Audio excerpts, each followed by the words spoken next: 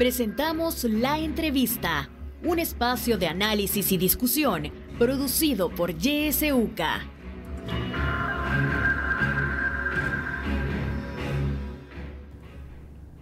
Muchas gracias por estar en sintonía de YSUCA en esta mañana.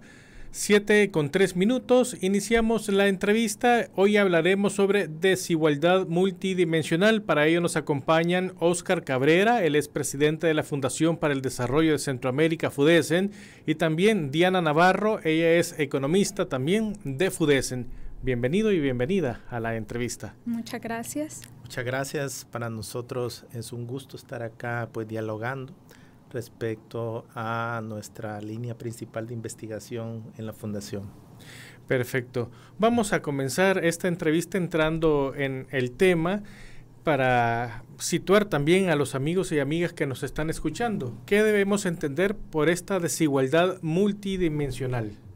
Sí, bueno, primero que todo hemos visto una explosión a nivel mundial de la desigualdad económica. Exactamente 42 personas tienen la mitad de la riqueza de las personas en el mundo. Esto con la pandemia se ha ido concentrando aún más la riqueza, y El Salvador se ubica en una región que es América Latina, una de las regiones más desiguales del mundo. Ahora, para nosotros la desigualdad económica de la perspectiva de ingreso y riqueza es importante, pero también agregamos otras piezas de ese rompecabezas que son fundamentales, como es la desigualdad del acceso a una salud plena, a una educación, a condiciones de vida cómodas, seguras y confortables, obviamente también a una seguridad personal y física. Y hay otros elementos que nosotros evaluamos dentro de estas condiciones, como es el acceso a un empleo digno y cómo la población salvadoreña tiene capacidad o influencia en las decisiones de los anteproyectos de ley que se discuten en la Asamblea o en la formulación de las políticas económicas. Entonces, por lo tanto, nuestro enfoque no solo se queda en este enfoque de la desigualdad del ingreso y la riqueza, sino que queremos ir ahondando en estas características de la desigualdad.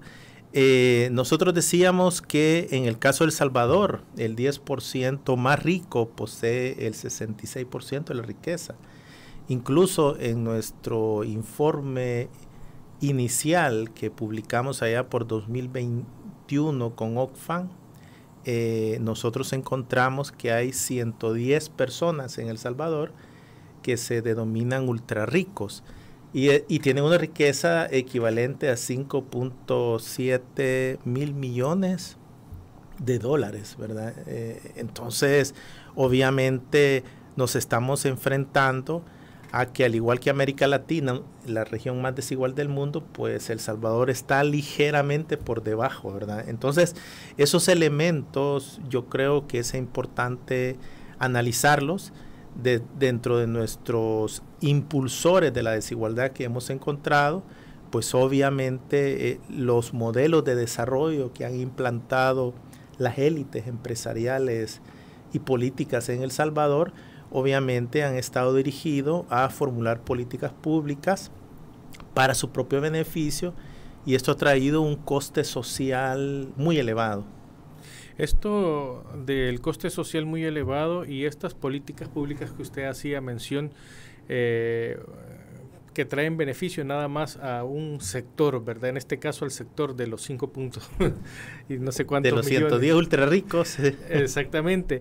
Esto... Y así inició también a marcar el ritmo, podríamos decir, El Salvador desde un inicio, con este tema de la desigualdad, que no nació tal vez el siglo pasado ni en 1900, sino que desde antes. Desde ahí se comenzó y no se ha podido superar también el cinturón de pobreza, sino que tal vez cada día el país podría ser, en lugar de crear ciudadanos desarrollados completamente crea un poco más de ciudadanos empobrecidos. ¿Cómo es que surgió el tema de hacer estos informes y quiénes están participando? No sé si nos pueden comentar así a grosso modo un poco la historia de los informes. Sí, es interesante porque en plena pandemia conversamos con Oxfam en El Salvador y Oxfam Intermón de España de empezar a desarrollar informes de la desigualdad desde esas diferentes perspectivas que yo he mencionado, para tener un punto de referencia de cuáles son las condiciones de la desigualdad. Es importante que las personas que nos escuchan sepan que la reducción de la pobreza, que por cierto en la última encuesta de hogares parece ser que la pobreza desde la perspectiva de ingresos se ha elevado, aunque la pobreza multidimensional parece ser que ha disminuido, pero para reducir estas condiciones de pobreza es necesario ahondar dónde están estas desigualdades multidimensionales. Pues en efecto nosotros encontramos que desde la fundación de El Salvador como Estado-Nación, por ejemplo con Oxfam, nos dice, tenemos un estudio del historiador Héctor Lindo, donde plantea estas condiciones de desigualdad, pero nosotros queremos desarrollar este estudio a partir del 2014 al 2019, qué es lo que está pasando. Y es así que en plena pandemia FUDESEN asume la conducción académica del primer informe de la desigualdad, en la que yo tuve el honor de dirigir este estudio junto con 7 investigadores e investigadoras. Y en plena pandemia empezamos a trabajar este primer informe que dio a luz a partir de junio de 2021, donde presentamos este primer informe. Y en este primer informe encontramos que las desigualdades desde estos 6 dominios que yo he citado venía mejorando, pero que por efecto de la pandemia ya advertíamos que se iban a amplificar estas desigualdades en la salud, en la educación, en la seguridad personal y física, pues el empleo. Y es así como presentamos este primer informe. Luego con Oxfam e IMU, empezamos un proyecto que es financiado por la Agencia Española de la Cooperación Internacional, que le hemos denominado Cerrando Brechas. De ahí tiene una serie de palabras, pero a la larga FUDESEN, dentro de sus responsabilidades, implicó primero desarrollar el primer observatorio de la desigualdad multidimensional, que está bajo coordinación de Diana. Este primer observatorio sintetiza alrededor de, si no me equivoco, alrededor de 140 indicadores, pero que se van ampliando a lo largo del tiempo en los 6 dominios para generar información de acceso público a la sociedad civil y todo aquel que quiera tener claro cuáles son las condiciones de la desigualdad. Esto les sirve a la sociedad civil, a los tanques de pensamiento, a las organizaciones sociales y sindicatos a la hora de las negociaciones, a la hora de defender sus derechos en los territorios. Es el primer producto que desarrollamos. Segundo, estamos haciendo informes trimestrales de la desigualdad multidimensional. El primer informe abordamos vida y salud, y también creo que fue seguridad financiera y empleo digno, que la hemos desarrollado con Diana, es coautora de este informe. Y ahora estamos acá para querer presentarles el estudio sobre educación y aprendizaje y condiciones de vida cómoda, confortables y seguras, ¿verdad? Precisamente en este tema, ¿cuáles son los aspectos que afectan o dificultan el acceso al tema de la educación y el aprendizaje en nuestro país, Diana? Sí, bueno, partimos por el hecho que en este informe nosotros reconocemos que la educación es un derecho emancipador Es un derecho que permite que las personas ya sea salgan de sus niveles de pobreza o que se evite que entren en ellos en primer lugar. Entonces, dentro de este informe y la metodología nos plantea impulsores, que son los que permiten que estas brechas de desigualdad se crezcan o disminuyan. Entonces, entre uno de esos impulsores está el acceso desigual a una educación de alta calidad. Esto viene dado o lo estudiamos a partir del gasto y el presupuesto que se tiene para el ramo educativo. Entonces, nosotros vemos cómo ha ido aumentando el gasto en educación como porcentaje del PIB, el gasto en educación como porcentaje del presupuesto general. Entonces, ahí nos podemos dar cuenta del tipo de prioridad que se le da a la educación y a los niveles educativos particularmente, porque hemos notado muchas diferencias y muchas brechas dentro del mismo gasto en cuanto a lo que se invierte, ya sea en educación de primera infancia, en educación básica, media, en la Universidad de El Salvador. Entonces, por ejemplo, hemos encontrado que dentro del presupuesto el nivel educativo en el que más se invierte es la educación básica. Y tiene lógica debido a que en El Salvador la Ley General de Educación establece que tanto la educación de parvulario o primera infancia como la educación básica deben ser obligatorias y gratuitas cuando las proporcione el Estado. Entonces sí tiene sentido que hayan altos niveles de inversión en educación básica, por ejemplo, pero no se debe dejar atrás ni la inversión en educación de primera infancia, en educación media, que es sumamente importante porque se ha encontrado que la educación media o lo que nosotros conocemos como bachillerato es como el primer paso que abre puertas y que permite que las personas tengan mayor acceso a oportunidades laborales. Y ya no se diga la educación universitaria, que en el país es sumamente baja. Por ejemplo, tenemos que menos del 10% de la población puede completar la educación universitaria o técnica. Entonces, desde ahí nos vamos dando cuenta las dificultades o las barreras que se encuentran las personas, porque tener acceso a educación posibilita que se cierren brechas de desigualdad en distintos ámbitos de la vida, porque si una persona logra completar este nivel educativo tiene mayores posibilidades de encontrar un trabajo digno con condiciones de calidad para las personas, con condiciones que les permitan acceder a seguridad social, que les permitan tener una pensión a futuro, posibilita tener mayores ingresos y pues ahí nos vamos dando cuenta de el punto clave que es la educación en sí, porque permite esto, permite que las personas se desarrollen en sociedad mejor y que tengan un nivel de bienestar mayor en sus vidas. ¿Qué valoración hace usted en este sentido, Diana, en el tema del presupuesto, en el rubro prácticamente de educación y la forma en que se distribuye? Pregunto esto porque, aunque ha crecido el tema presupuestario en los últimos años, la mayor parte es para gastos administrativos y no para mejorar la calidad ni tampoco la cualificación de la educación en el país. Sí, por ejemplo, nosotros observamos que el gasto presupuestario por niveles educativos, nosotros hemos hecho una división para analizar el gasto presupuestario. Hemos dividido o hemos clasificado el gasto educativo en educación de primera infancia, educación media, básica, el gasto en la Universidad de El Salvador y lo que nosotros le llamamos gastos administrativos y de programas educativos. Entonces, hemos notado que por lo menos para 2022 el mayor componente de este gasto, así como lo hemos dividido, ha estado en gastos administrativos y en programas educativos.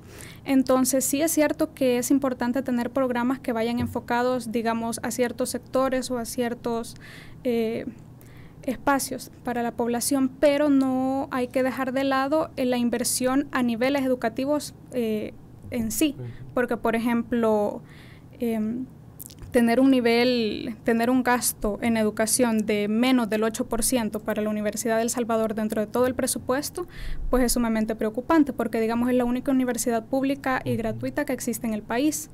Y tener una educación media de igual del 7% dentro de todo el gasto, pues ahí también nos vamos dando cuenta de por qué hay tanta falta de acceso y tanta población que no alcanza a completar este nivel educativo. Y ya si lo vemos como porcentaje del PIB, pues nos damos cuenta que para 2022 todavía tenemos un gasto en educación del 4.6%, o sea, no llegamos ni siquiera al 5%, y se sugiere a nivel internacional y distintas instituciones que el gasto debería estar entre un rango entre el 4 y el 6%, y mientras más nos acerquemos a ese 6%, pues las condiciones de educación para la población en general se pueden ver mejoradas. Entonces, eso es lo que vamos observando en este estudio. Okay.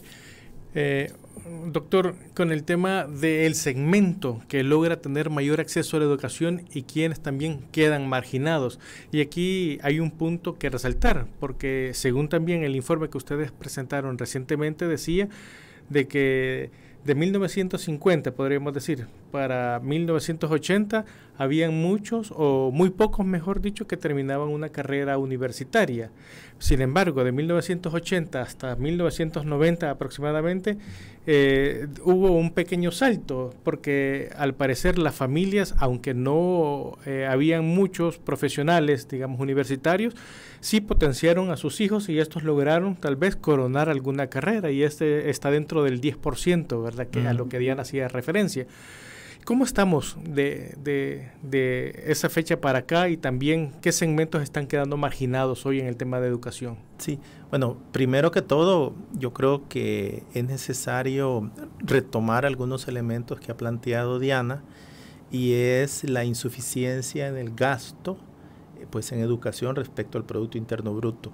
Esto, creo yo, no alcanza los estándares del 6%, y obviamente eso hace que el logro educativo no sea el que nosotros esperamos dentro de una transición educativa. Por ejemplo, países exitosos, como es el caso del sudeste asiático, han tenido una transición educativa en forma de un diamante. Esto, ¿qué es lo que significa? Que, por ejemplo, la educación secundaria ocupa un mayor porcentaje de la población.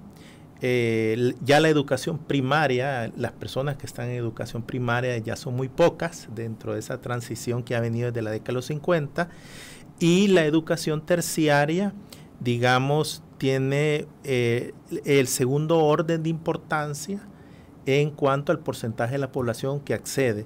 En el caso salvadoreño, esta transición educativa pues no es de esa manera, es casi en forma de yunque, ¿verdad? Donde obviamente es la educación primaria la que está ocupando el mayor porcentaje pues, de la población que accede. La población secundaria está obviamente creciendo un poco más, pero la terciaria es muy pequeña. Y esto hace que dentro del informe nosotros analizamos un elemento que para nosotros es importante, y es el grado de la movilidad intergeneracional, ¿verdad? Esta movilidad intergeneracional lo que nos está planteando es que lamentablemente el porcentaje de, por ejemplo, de personas que están completando una educación secundaria, lastimosamente sus padres no completaron esa educación secundaria, pues es apenas casi del 32%. Pero cuando vemos en otro tipo de hogares, aquellos que sí han completado los padres su educación secundaria, incluso han llegado hasta completar su educación terciaria, sube a más del 70%. Entonces estamos viendo que El Salvador, al igual que América Latina, tiene graves problemas de movilidad intergeneracional en términos de logro educativo, y esto está en función también de los niveles de ingreso, ¿verdad? Dentro de las estadísticas que nosotros tenemos, es que para 2021 de 100 hijos, solo 45 están estudiando más que sus padres en El Salvador. Entre ellos, 22 pertenecen al quintil de mayores ingresos y apenas 4 pertenecen al quintil de menores ingresos. Entonces, desde aquí estamos viendo grandes brechas de acceso a una educación de calidad en función de los niveles pues, de ingreso de las familias, ¿verdad? Eso significa que hogares que sus condiciones son de pobreza, de bajos niveles de ingresos, pues van a continuar siendo pobres a lo largo de su vida, ¿verdad? Y este contrato social que se ha establecido en función de modelos neoliberales a lo largo del tiempo, pues están exacerbando pues esa falta de movilidad social, y esto está haciendo que la sociedad salvadoreña pues obviamente no se sienta que la democracia pues no está cumpliendo con esos prerequisitos de un contrato social donde tú esperas que tus hijas y tus hijos, independientemente del lugar donde nazcan, pues tengan una educación de calidad y obviamente completen, digamos, sabemos que la educación primaria es gratuita, pero lastimosamente Diana nos daba estadísticas del porcentaje de la población que ha completado pues la educación primaria. Yo solo me quiero referir que del 46% de la población que logró la educación primaria, si lo vemos desde la perspectiva de pobreza, pues apenas solo el 1.9% de los que se consideran pobres extremos han logrado completar la educación primaria. Y Diana nos va a seguir comentando qué ha pasado en secundaria y en terciaria, y cada vez es más grave cómo las condiciones de pobreza, cómo las condiciones pues, de ingreso están imposibilitando esa movilidad intergeneracional. En lugar, como usted decía, de tener este diamante donde todas estas puntas van tal vez a un solo ritmo, tenemos esto que ya no parece un diamante. Una forma y una deformidad total, ¿verdad? Para este 2021 aumentó en un 1% el tema de las condiciones de personas que ni trabajan ni estudian. Sí. Del 19% de esta población, el 13% son mujeres. ¿Qué reflexión se puede hacer en torno a esta condición? Pues siempre que estudiamos brechas de desigualdad es importante mencionar que por lo general quienes se ven más afectadas son las mujeres. Y esto es debido a un sistema de creencias bajo el que vivimos, en el que por el género con el que uno nació se determinan distintas actividades que uno debe o debería realizar. Entonces, en el caso de cuando vemos los porcentajes de jóvenes entre 16 y 18 años que no logran ni estudiar ni trabajar, nos damos cuenta que las mujeres son quienes menos lo consiguen. Y esto es porque en sus casas a ellas se les ha relegado el trabajo doméstico no remunerado, o ellas son las que sostienen todo lo que le llamamos economía del cuidado. Entonces, una niña, un adolescente, eso lo vemos desde las encuestas de hogares de propósitos múltiples. Siempre que se preguntan los motivos por los cuales dejan de estudiar, para el caso de las mujeres, el principal motivo siempre ha sido el realizar trabajo doméstico en sus hogares. Entonces, eso lo vemos muchísimo, que realizan trabajo doméstico y eso les imposibilita terminar sus niveles educativos, y siendo que no logran terminar niveles educativos, pues se les hace incluso más difícil conseguir o tener acceso al mercado laboral. Entonces, ahí es donde vemos este incremento o cómo a lo largo de los años sigue aumentando la cantidad de mujeres que no trabajan y que no estudian. Esto, digamos, es importante porque debería de llevar, digamos, a que se pensara en algún tipo de política que encamine a esta población al tema del estudio. Ya lo mencionaba Oscar, que sí se potencia lo inicial, pero hay un poco, digamos, todavía en el tema de la secundaria, pero ya la terciaria prácticamente es como cada quien que mire cómo hace, ¿verdad? Aquí, ¿qué líneas se deberían de estar dictando para poder mejorar el acceso a la educación y también el incentivar a que las mujeres también sean vistas desde la casa, ¿verdad? De seres también que necesitan un desarrollo pleno y no únicamente limitarse el tema del cuidado. ¿Qué políticas deberían tal vez de implementarse en este sector, en este punto? Pues una de las que proponemos es ampliar la cobertura de los programas de cuidado y de educación preescolar, porque muchas de las niñas que dejan de estudiar en varias ocasiones es por cuidar, digamos, hermanos menores. Entonces es importante que se amplíe esta cobertura de programas del cuidado por mayor cantidad de tiempo al día y que haga un énfasis en zonas rurales del país, porque son las que se dejan generalmente olvidadas. Cuando hay programas de cobertura en instituciones para cuidado preescolar, por lo general están enfocadas a zona urbana, a ciudades, pero se deja de lado toda el área rural.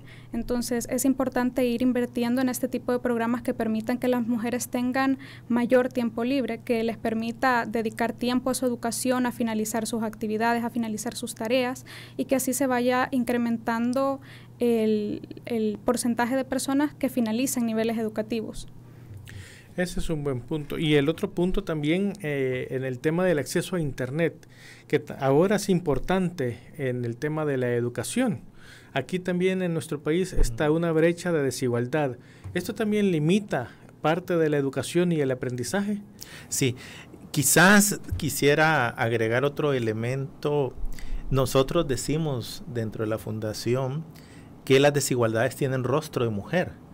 De hecho, uno de los grandes impulsores de las desigualdades de manera histórica que hemos encontrado, y como lo mencionaba Diana, es que tenemos un conjunto de valores, normas, principios que están amplificando las desigualdades en las mujeres, en los pueblos originarios, en la población afrodescendiente y en la población, digamos, LGTBQ, ¿verdad?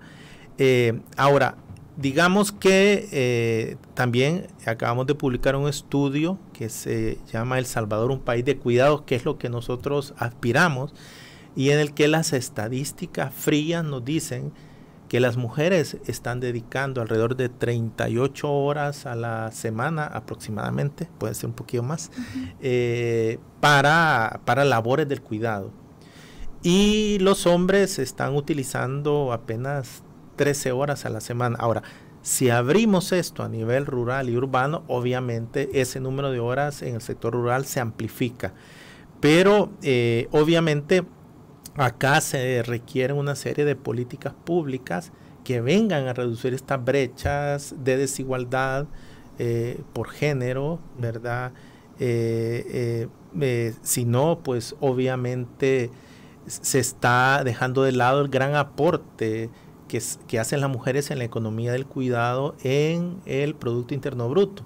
Paradójicamente, el Producto Interno Bruto no incorpora dentro de las cuentas nacionales ese valor agregado que está creando las mujeres a la hora del cuidado de los niños y niñas, darles de alimentación, salud, y que con la pandemia del COVID-19, pues a la larga el Ministerio de Salud trasladó las responsabilidades a las mujeres para el cuidado de su familia por temas de COVID-19, ¿verdad?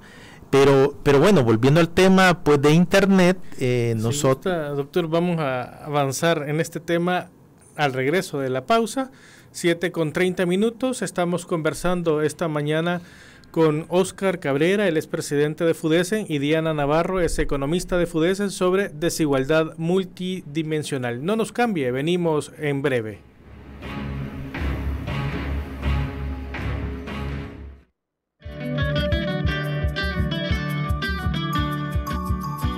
Somos la estación que te acompaña siempre. YSUCA, la voz con vos. YSUCA, siempre con vos. 91.7, la voz con vos. Yo diría que el pueblo haga oír su voz. Hora 10. Que la realidad tome la palabra a través de la ciudadanía activa. Que reflexionen sobre la situación del país, que exijan ser bien informados. Hora 10. De lunes a viernes a partir de las 10 de la mañana. Le esperamos.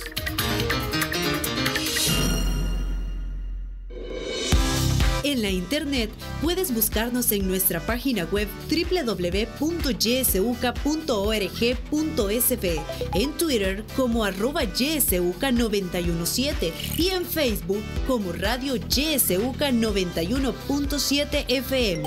YSUCA, contigo en la nueva era digital.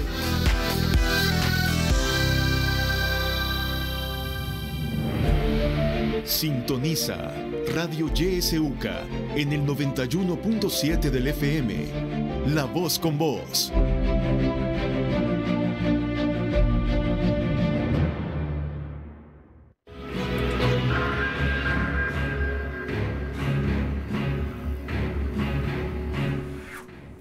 Estamos de regreso con ustedes. Muchas gracias por estar con la entrevista. Desigualdad multidimensional es el tema de esta oportunidad.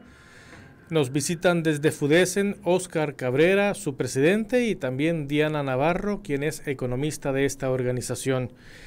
Habíamos dejado una pregunta allí antes de irnos, ¿verdad? Y es el tema de el acceso al Internet. Esto es importante, ¿verdad? Porque también está limitando el tema de la educación y el aprendizaje. Sí, bueno, también hoy con la pandemia del COVID-19 se trasladó pues el sistema de formación que era presencial a un sistema de formación virtual, ¿verdad? Ahora, esto trajo también graves consecuencias al interior de las familias. Hace poco estábamos en Berlín con un grupo de mujeres lideresas y las mujeres nos planteaban que muchas quedaron sin empleo durante la pandemia o también sus parejas, y que aunado a ello tenían que conseguir saldo de internet para que sus hijos pudieran primero encontrar cuáles eran las tareas y en segundo lugar enviar las tareas, y que era la mujer de nuevo quien se le incrementaba la carga de los cuidados para ayudar a sus hijas e hijos pues en la formación. Esas brechas de desigualdad y de género se vuelven a manifestar como factores retardantes de una igualdad de condiciones en El Salvador. Un ejemplo de ello es que el quintil más rico de ingresos en El Salvador en el 2015 tenía un acceso del 49% a Internet, y en el 2021 sube hasta casi el 61%, pero el quintil más pobre de ingreso en el 2015 apenas solo el 4% de la población tenía acceso a Internet. Y al 2021 solo ha subido al 7.5% de la población. Este elemento, pues obviamente lo que nos está diciendo es que no solo basta entregar una computadora para resolver los problemas de desigualdad de formación en los niños y niñas, sino que es necesario también el acceso a Internet, digamos.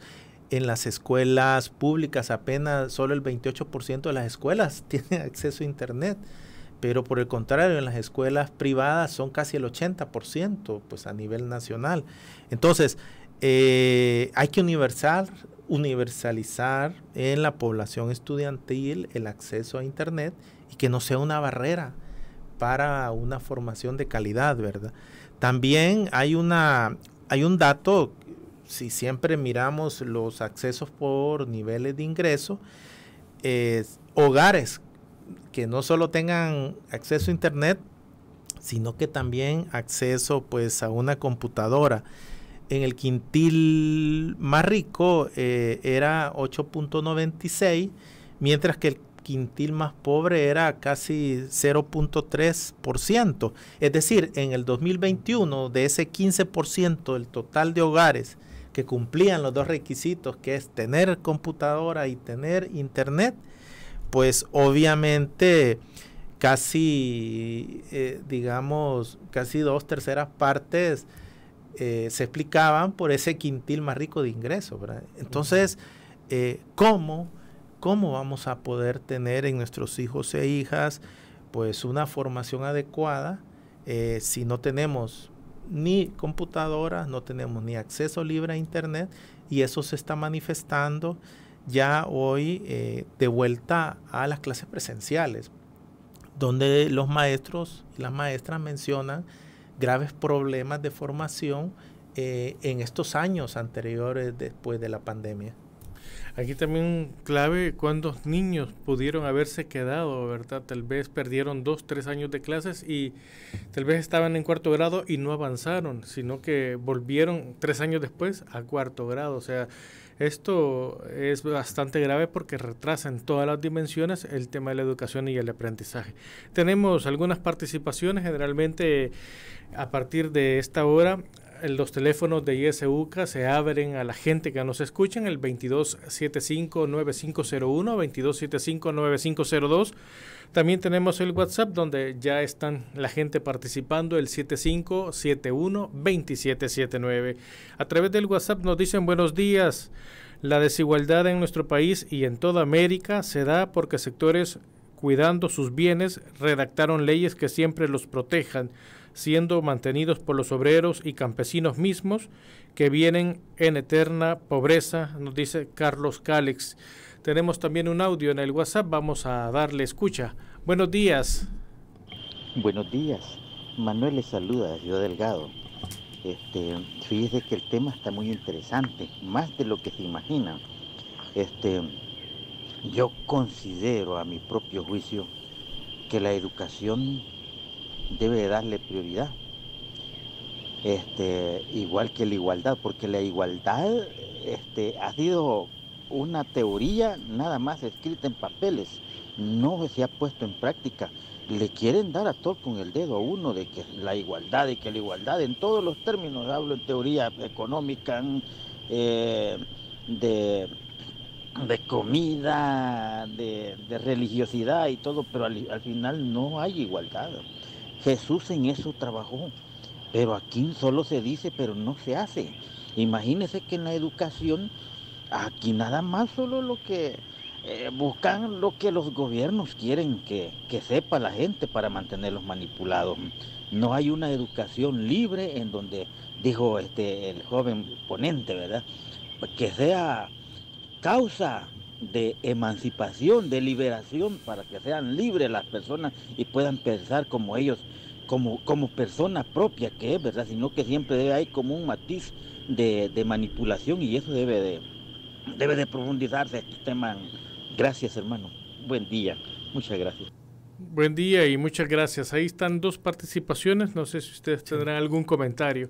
Bueno, antes, vamos a pasar al teléfono que también ahí tenemos. Buenos días. Gerantito, buenos días. Buenos días. Adelante, niña Miren, con su participación. Interesante tema, bien importante, porque fíjese que a mí me preocupa la educación, primeramente porque no se le da prioridad, y hoy peor, escuelas deterioradas. ¿Cómo? No se sabe cómo nos va a ir, primero Dios, que no hayan incidentes graves con esas escuelas que no les han puesto mano. Y hay escuelas cerradas, hay personas que desean en ciertos cantones que se vuelva a abrir esa escuela y no le dan prioridad. Presupuesto raquítico, cada año se le quita el presupuesto de la educación. Fíjese que cuando vino ese programa de inclusión en alimentación, en uniformes, en toda esa cuestión, la gente aquí en Santa Ana del Campo, mucha gente llevaban a los niños a de primera infancia, de kinder, de escuela, algo maravilloso, niños bien ordenados, bien bonitos, porque les daban su alimentación y su uniforme. Entonces ahí podemos ver cuál es la cacería buena para que los niños vayan a la escuela.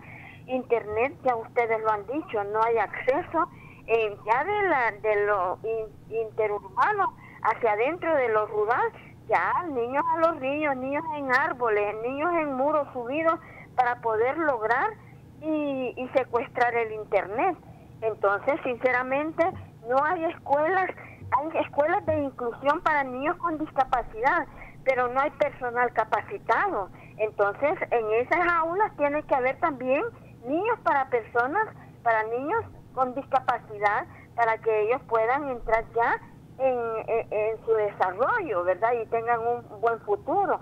Así es que en la cuestión de educación, poniendo eso como primicia, no hay cobertura.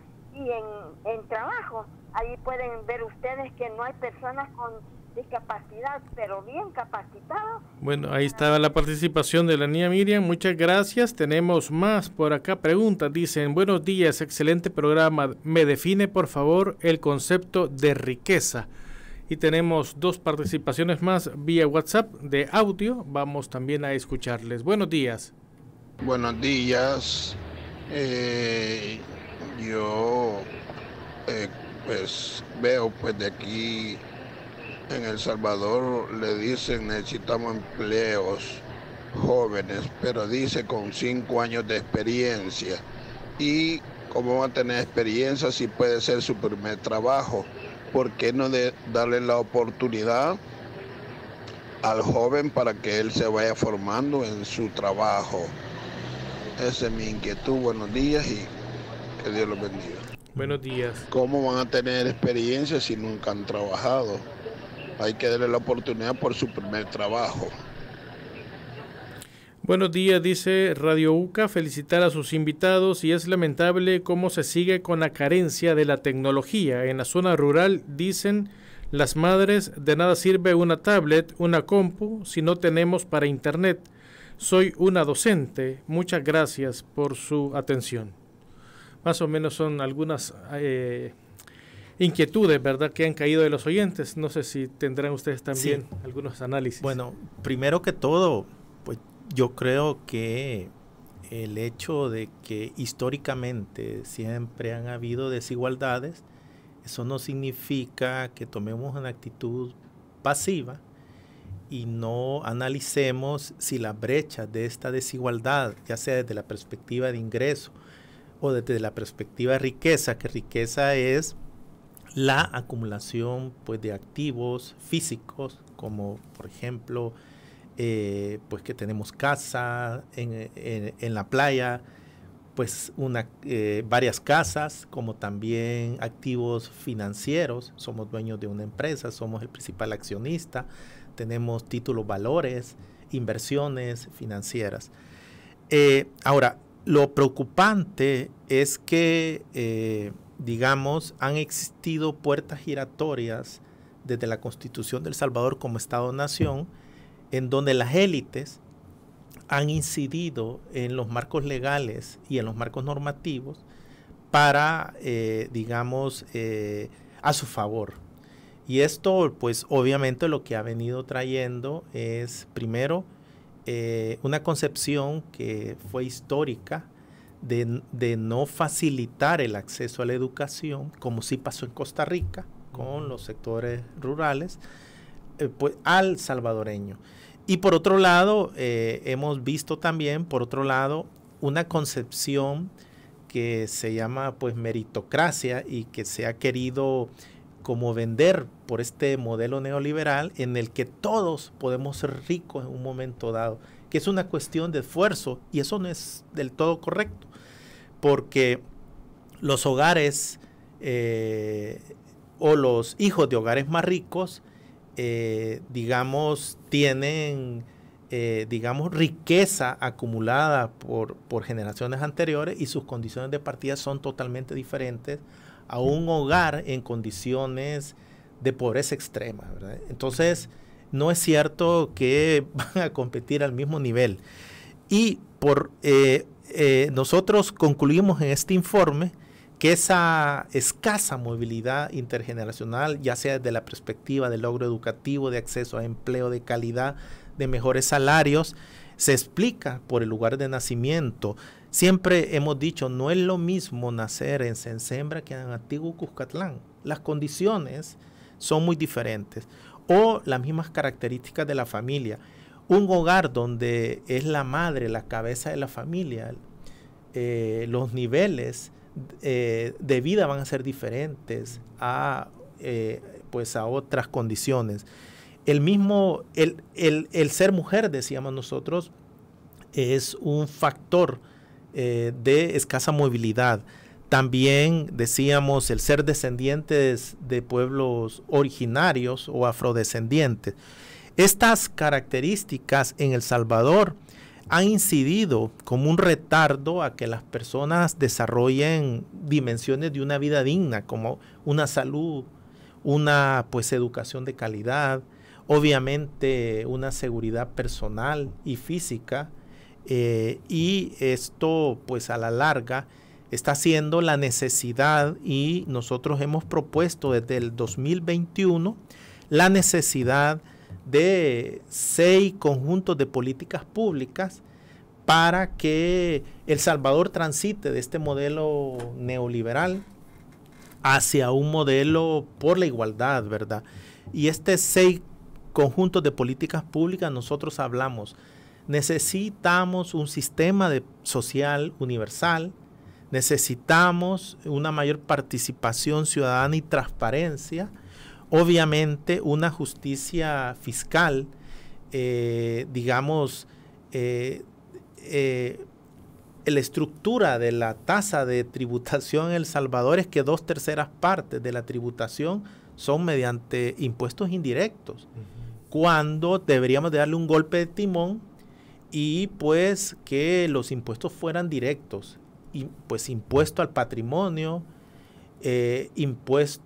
mayores impuestos a ese decil de mayores niveles de ingresos, ese 20% de mayores niveles de ingresos, y no recaer sobre las espaldas pues de las mujeres, que son las que compran los bienes y servicios para las familias, y donde se recae el 13% de IVA, o sobre los asalariados. Entonces es fundamental que el sistema de financiación pues del Estado pues se modifique. Hemos visto ejemplos a nivel de América Latina cómo se está transitando a ese sistema de tributación más progresivo, como el caso del presidente pues Petro en Colombia, AMLO pues en México, hemos visto el caso de Bolivia, pues de Argentina, cuando habíamos visto que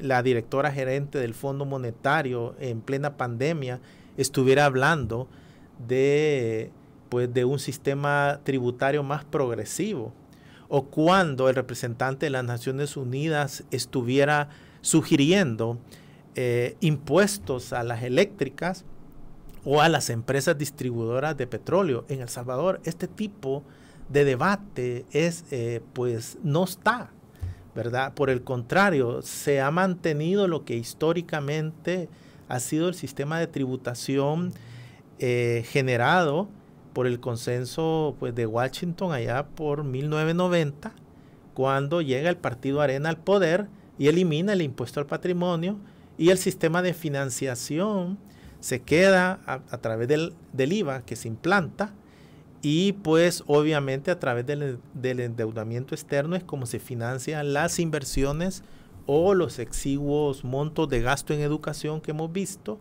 o no se diga en salud, ¿verdad? Entonces, ese nuevo pacto social hacia la igualdad es ineludible, y obviamente son los hogares de mayor riqueza e ingreso, que son 110, sobre los que tienen que recaer los costos de la pandemia del COVID-19 y sobre un nuevo modelo mucho más inclusivo.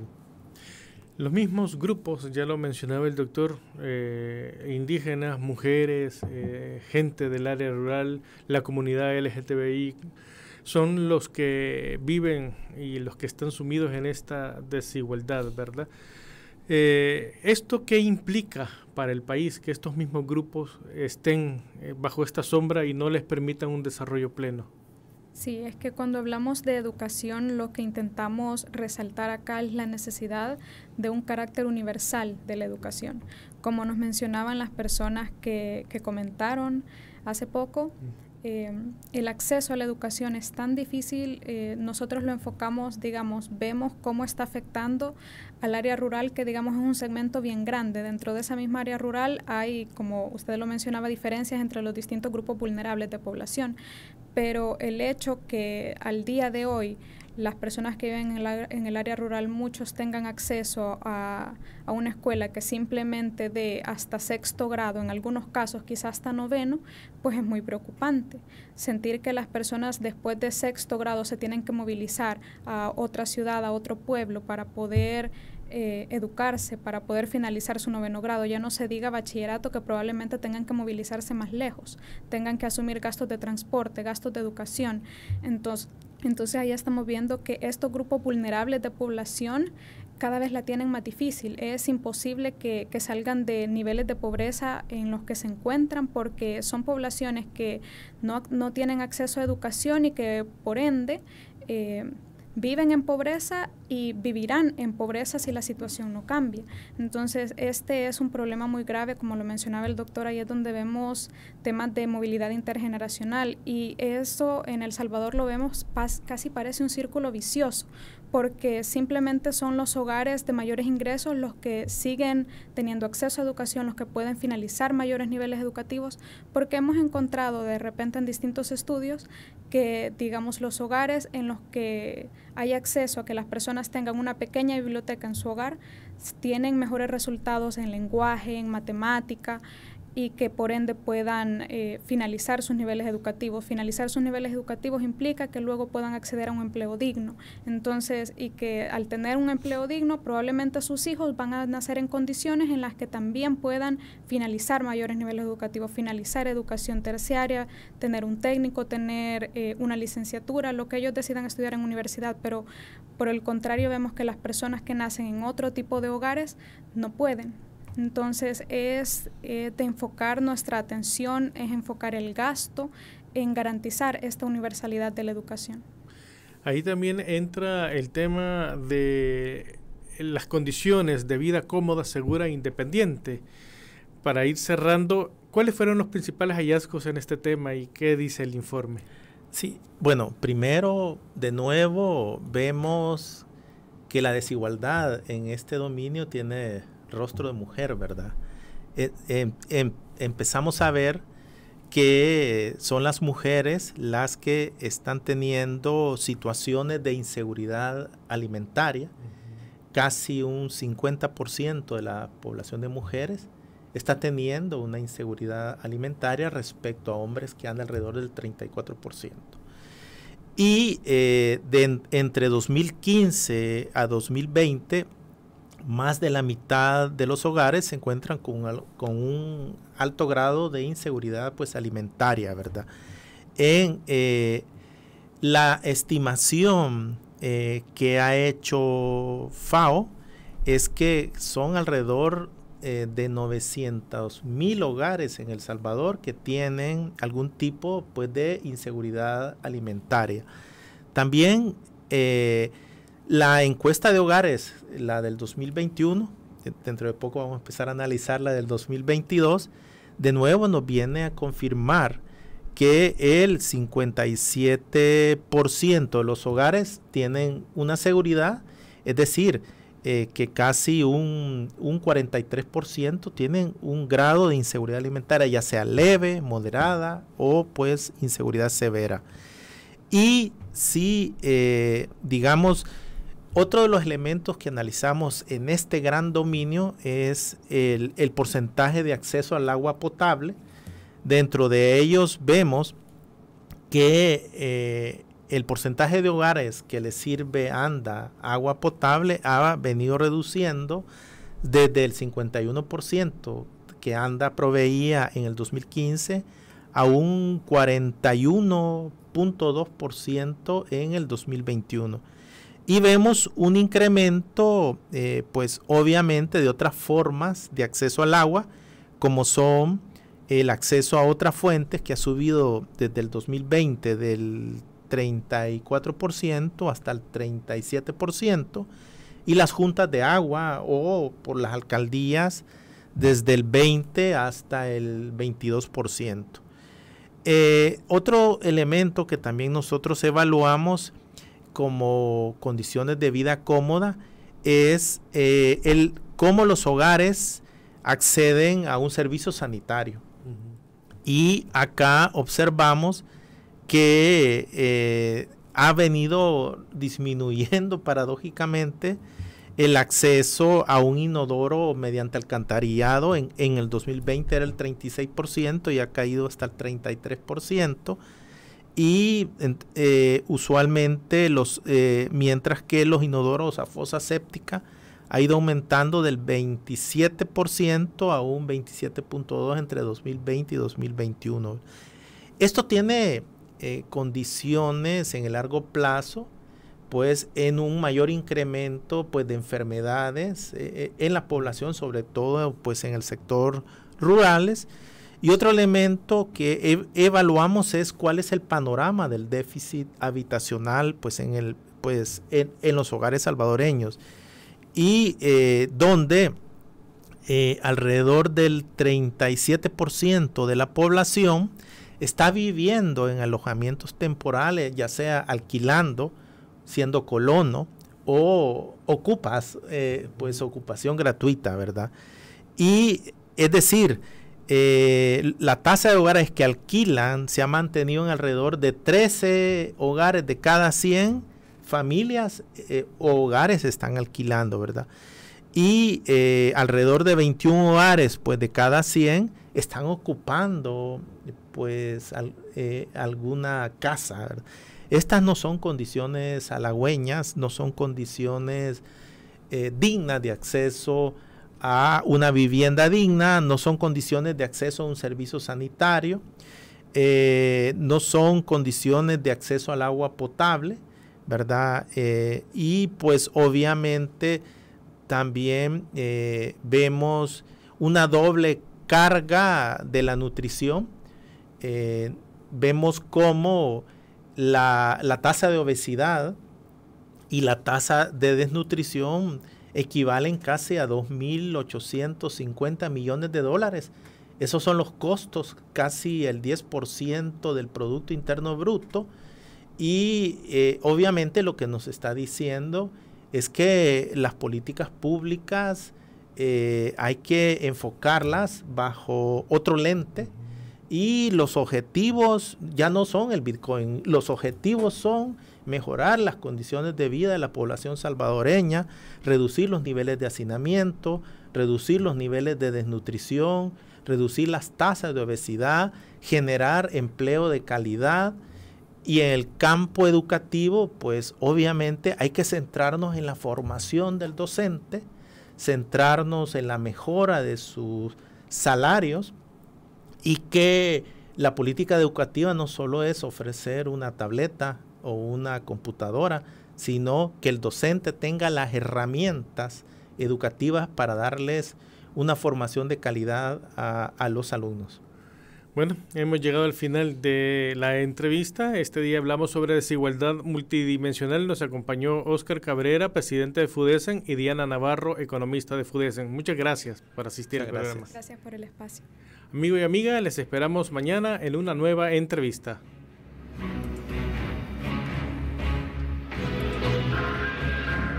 Esta fue La Entrevista. Te invitamos a que no te pierdas nuestra próxima emisión.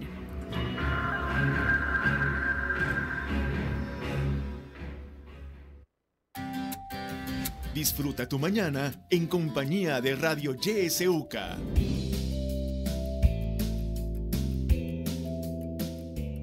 ¿Te cuesta leer a distancia y padeces de dolores de cabeza constantemente? Cuidado, tus ojos podrían necesitar ayuda. En Corazones de Vida sabemos que tu salud es importante. Contamos con ópticas y especialidades como optometría, oftalmología, neurocirugía, psicología, nutrición y medicina general, entre otros.